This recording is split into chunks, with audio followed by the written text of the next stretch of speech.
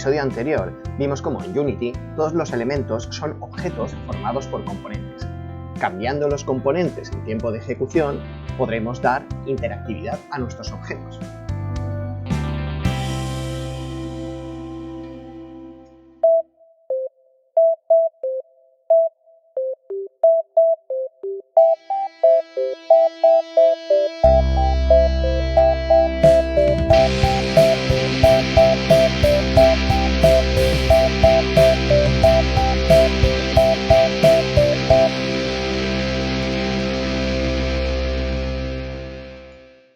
Vamos a añadir interactividad a nuestro diseño, para lo cual no tenemos más remedio que programar. Vamos a escribir un pequeño programa que llamaremos script en un lenguaje de programación que va a dotar de comportamiento a nuestros objetos. No obstante, antes de empezar eso, sí que tenemos que cumplir con dos prerequisitos. Vámonos al entorno de Unity, en el que ya conocemos el estado en el que nos encontramos, tenemos nuestra escena con estos tres elementos, el background, el player y la bola, aparte de la cámara. Antes de ponernos a programar, hay una cosa de la que tenemos que asegurarnos. Para ello, nos venimos a este menú que tenemos aquí, Edit, ¿vale? Y vemos Preferences. En esta ventana de Preferences, son las preferencias del entorno, hay varias pestañas con las que tenemos que lidiar. Bien, la primera de ellas es esta que pone External Tools. Cuando nos metemos aquí en External Tools, veremos que lo primero que tenemos aquí es External Script Editor y tenemos que asegurarnos que lo que pone aquí arriba es Microsoft Visual Studio 2019. Hombre, si nosotros tenemos algún otro compilador o algún otro entorno de programación con el que nos encontremos más familiarizados, podemos dejar el que estamos. Pero para seguir este curso y para que la apariencia sea más o menos la que yo tengo, es conveniente que tengamos aquí este Microsoft Visual Studio 2019, que es lo que nosotros estamos utilizando. Ese es el primero de los prerequisitos. Vamos al segundo. El segundo de ellos es un prerequisito que es válido ahora, pero posiblemente en el futuro ya no será necesario. Y consiste en lo siguiente. Vámonos a Window y dentro de las ventanas veremos que tenemos una donde pone Package Manager. Aquí tenemos el manejador de paquetes. Y ahora os explico qué es lo que vamos a hacer, ¿vale? Fijaros que cuando entramos en el manejador de paquetes, en principio va a buscar los paquetes que tenemos en el proyecto. No vamos a seleccionar eso, sino que vamos a hacer los Unity Registry. Y de entre todos estos paquetes que vamos a tener aquí, vamos a ver que hay un paquete que se llama Input System. Vemos que Input System nos dice Release es a new input system which can be used as a more extensive, un nuevo sistema de entrada que puede ser utilizado como una alternativa más extensiva y más personalizable.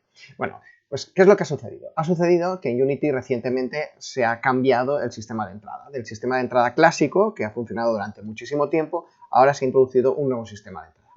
Es muy probable que en el futuro este sistema de entrada ya aparezca como por defecto y es muy probable entonces, cuando eso suceda, no tendremos que dar este paso. Pero de momento, nuestros proyectos aparecen con el sistema de entrada antiguo y es conveniente que nos acostumbremos ya a utilizar el sistema de entrada moderno. Para lo cual no tenemos que hacer otra cosa más que simplemente darle a este botón de Install.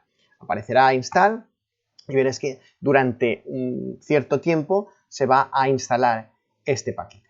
Fijaros que puede tardar más o menos tiempo dependiendo de vuestros sistemas y eso sí, cuando termine de realizar esta instalación nos va a pedir que nuestro sistema se resetee, que volvamos a cargar el proyecto porque las librerías que se están utilizando ya no van a ser las mismas. Como os decía, ha surgido aquí una ventana donde nos dice que el proyecto va a usar el nuevo sistema. Entonces, para que se pueda actualizar, fijaros que tendremos que decirle a Yes, do you want to enable the backends? Decimos sí. Entonces, le damos a Yes, importará todo aquello que le hace falta y ahora el sistema volverá a arrancar. Vamos a adelantar esto porque va a llevar unos cuantos minutos. Voy a dar simplemente un corte. A que se os haya hecho corto. Bueno, eso es el milagro de la edición. Lo importante es que ahora ya ha vuelto a cargar el proyecto y que ahora ya estamos haciendo uso del sistema de entrada moderno tal cual propone Unity. Para verlo, fijaros que ya aquí en esta misma ventana donde teníamos en este paquete Input System, tenemos el paquete y aparece aquí, no aparece install, sino que aparece remove, como queriéndonos decir que ya está realmente instalado. Perfecto, ya tenemos todos los prerequisitos. Es el momento de ponernos a trabajar.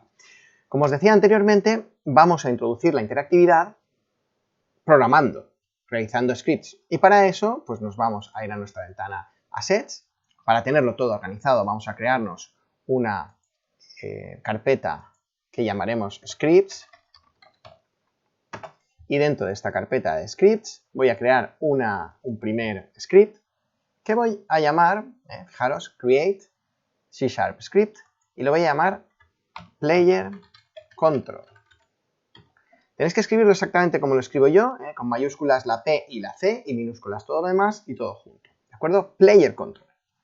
Esa es mi forma de nombrarlo. Con eso se me ha preconfigurado un pequeño programita escrito en este lenguaje de programación, se llama C#, C almohadilla. Y ahora vamos a editarlo.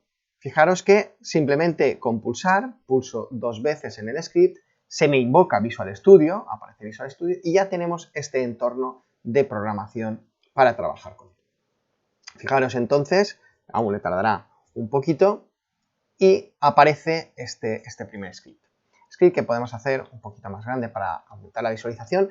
Fijaros que cuando entramos, la primera vez que entramos, el script no está vacío. El script ya tiene algunas cosas que ya han sido preconfiguradas por nosotros. ¿Y qué es lo que aparece? Aparece en primer lugar una serie de librerías que vamos a utilizar. Luego aparecerá esta estructura que es una clase. Para aquellos que conozcan la programación orientada a objetos, simplemente decir que cada comportamiento, estos componentes que teníamos en Unity, corresponderán a una clase y que nosotros podemos ir añadiendo clases a todos los objetos que tengamos en nuestro entorno. En esta clase en concreto se han definido dos métodos, estas dos funciones que tenemos aquí, una que se llama start y otra que se llama update.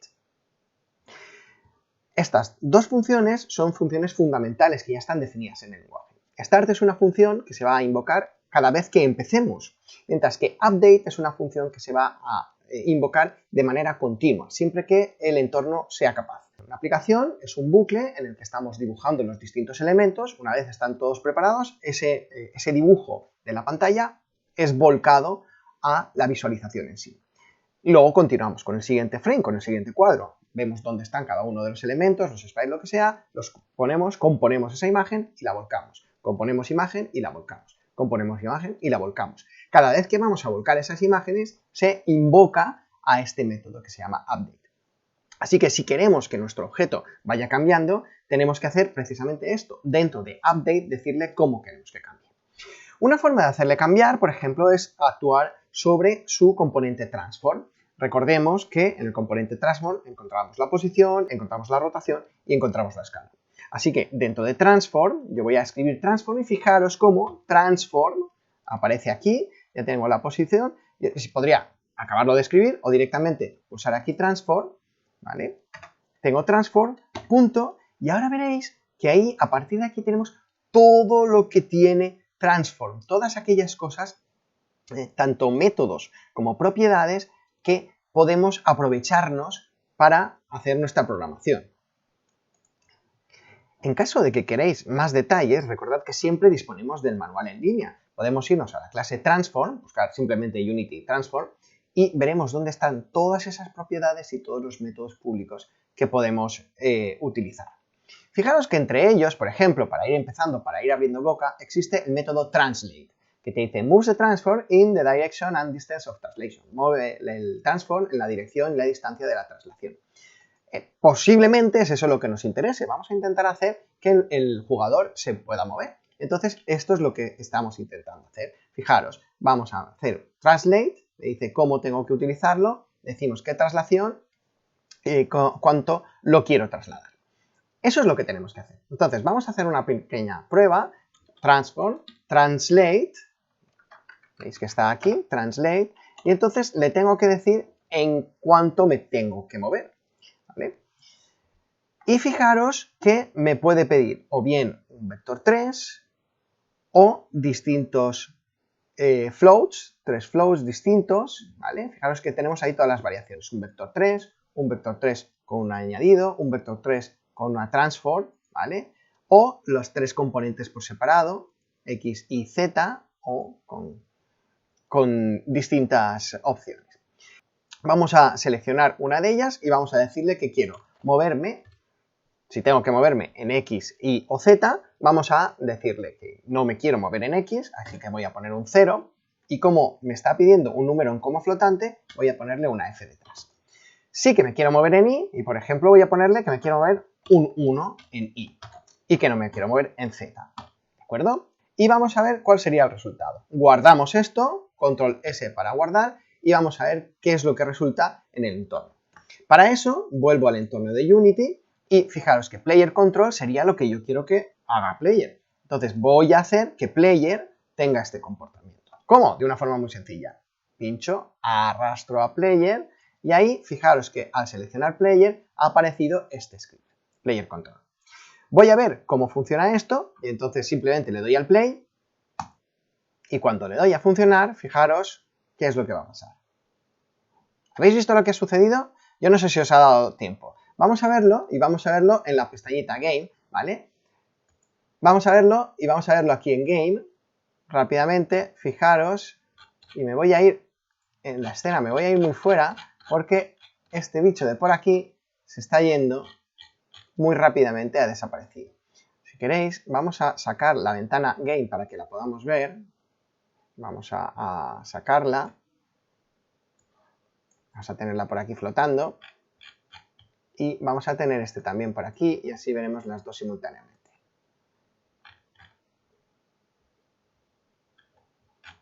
¿Os habéis dado cuenta? Lo que ha pasado es que este jugador se ha ido corriendo hacia arriba. ¿Por qué no hemos tenido en cuenta cuál es la velocidad del objeto en sí?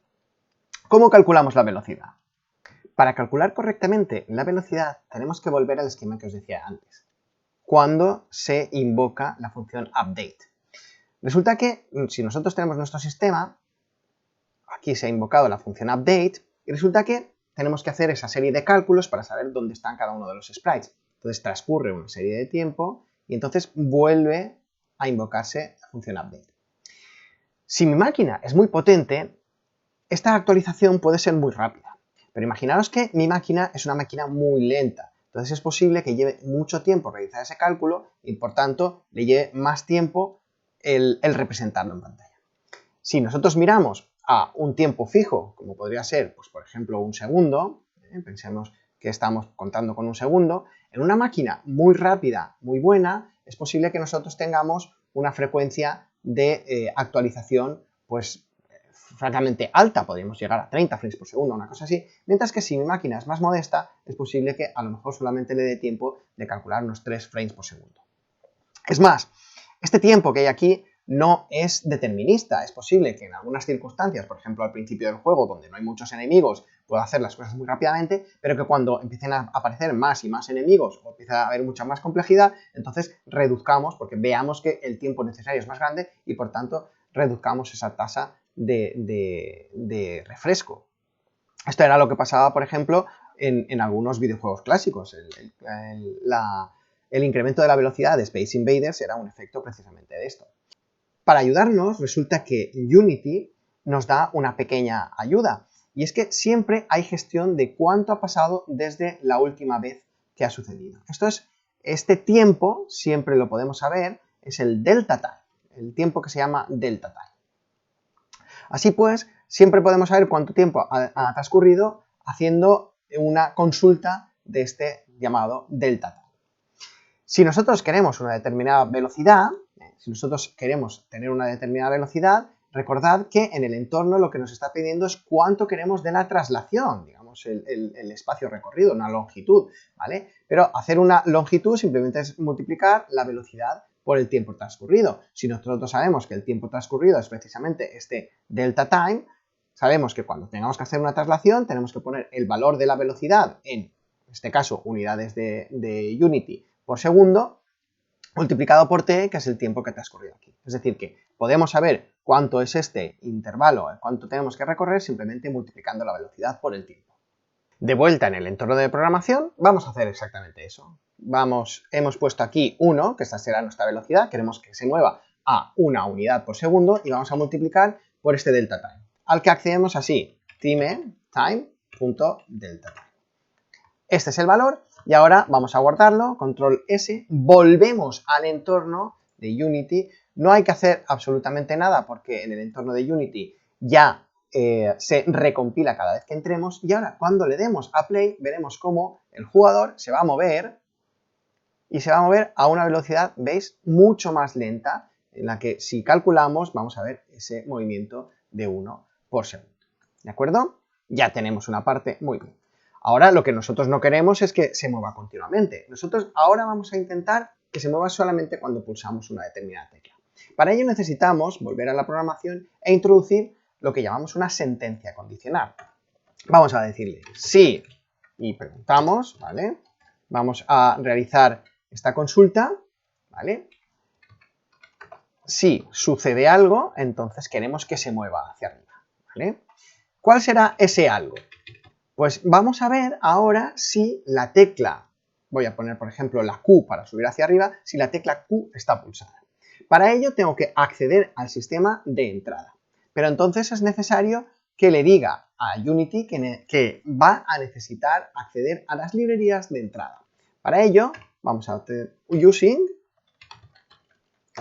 Unity Engine y dentro de Unity Engine voy a acceder al Input System. Ya tengo el Input System, fijaros, y ahí ya tengo disponible para mí el trabajar con el sistema de entrada. En el momento en que yo pueda utilizar esto, le puedo decir keyboard, dentro de keyboard es el current, el actual. Quiero ver si la tecla que se pulsa es la QK, ¿vale? La tecla Q, y ahora le voy a preguntar si is pressed. Entonces, al saber si la tecla está pulsada, cuando la tecla esté pulsada, me voy hacia arriba. Vamos a probar a ver qué tal funciona. Control S, nos volvemos al entorno de Unity, vamos a darle, en cuanto se recompile, le damos a play. Fijaros que en el momento en que doy play no hace nada, pero ahora voy a pulsar Q, ¿vale? ¿De acuerdo? 1, 2, 3, muy bien. Y empieza a moverse hacia arriba. Perfecto. Ya lo tenemos. Ahora ya tenemos el programa, vamos a hacer lo mismo, pero con la tecla hacia abajo, la tecla A que me va a hacer hacia abajo. Voy a coger toda la sentencia esta que tengo aquí, todo este if, ¿de acuerdo? Control C, y ahora una vez aquí, lo pongo aquí, Control V, ¿vale? Ahora mismo hace lo mismo, estamos haciendo otra vez lo mismo, pero ahora lo que voy a hacer es, en lugar de mirar la tecla Q, miro la tecla A, y en lugar de trasladarme hacia arriba, poniéndole un menos en la coordenada Y, me traslado hacia abajo. Control S para guardar, me vuelvo a Unity y ahora al volverme a Unity, fijaros, al darle a play, espero un momento para que se compile y entonces ahora voy a darle a la Q, va hacia arriba, voy a darle a la A, va hacia abajo.